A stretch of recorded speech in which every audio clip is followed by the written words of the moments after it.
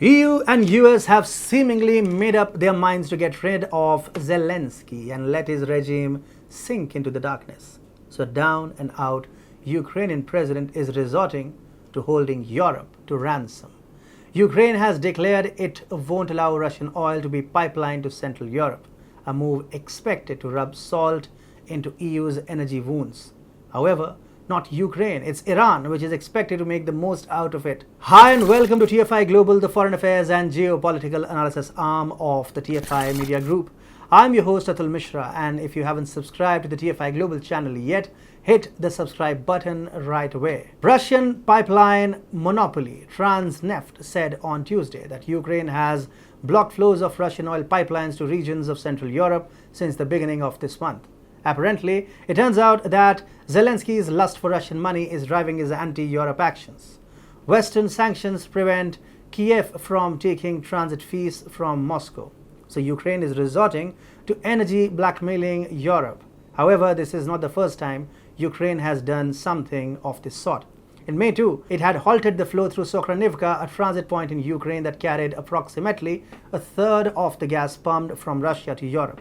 The move had sent European gas prices soaring. Now Ukraine's move to block Russian oil supplies is expected to exacerbate the situation. While the northern Druzhba pipeline servicing Poland and Germany remains unaffected, flows down the southern route have taken a severe hit. Countries like Slovakia, Hungary and the Czech Republic will face the music as a result of Ukraine's actions, as they largely rely on Russian crude and have limited ability to import alternative supplies by sea. Slovak pipeline operator Transpetrol and Hungarian energy company MOL have confirmed that the flows have been reduced. Speaking of Hungary, a country close to Russia and Iran, its options for importing oils are limited. The Adria pipeline, which connects Croatia's Omišalj oil terminal to Hungary's Duna refinery, allows Hungary to import Russian oil. But here's the catch. The route's capacity is limited and alternative shipments are significantly more expensive.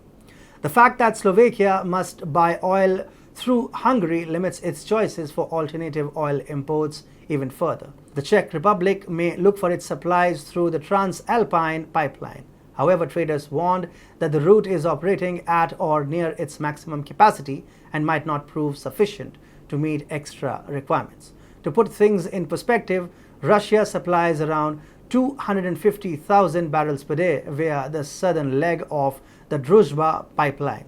Therefore, it's not going to be easy for the Central European nations to secure alternative energy supplies. And that's where the Iranian angle comes in. Hungary has in the past made its intentions clear to have formal talks of oil deals with Iran. Just 2 weeks ago, Hungarian Foreign Minister Peter Szijjártó had a talk with Iranian counterpart Hossein Amir Abdullahian, in which both leaders agreed on shoring up Europe's energy security. Hungary is now looking forward to expanding cooperation with the Islamic Republic of Iran. Moreover, Tehran was considering the possibility of exporting gas to Europe. Iran also wants to get indulged in an ever-expanding level of economic and trade cooperation with several countries of Europe. So far, American sanctions have prohibited Europe from importing easy energy supplies from Iran, although countries like France have already started developing cold feet. French officials lately said that they support bringing Iranian and Venezuelan oil supplies back into the international oil market. In May, it was also reported that a Panama-flagged tanker was carrying sanctioned Iranian oil through Italy and Croatia. Such shipments are bound to increase in the future if Ukraine's blockade of Russian oil isn't lifted anytime soon.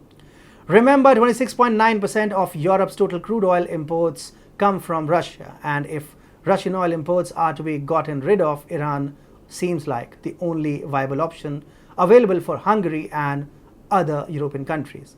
Iran accounts for about 9.5% of the world's total oil reserves, ranking 4th in the world. Ukraine's mistake of blocking Russian oil supplies thus will put Iran in a commanding position vis-à-vis its diplomatic and economic engagements with Brussels. And with the help of Hungary, Tehran would soon become the energy king of Europe.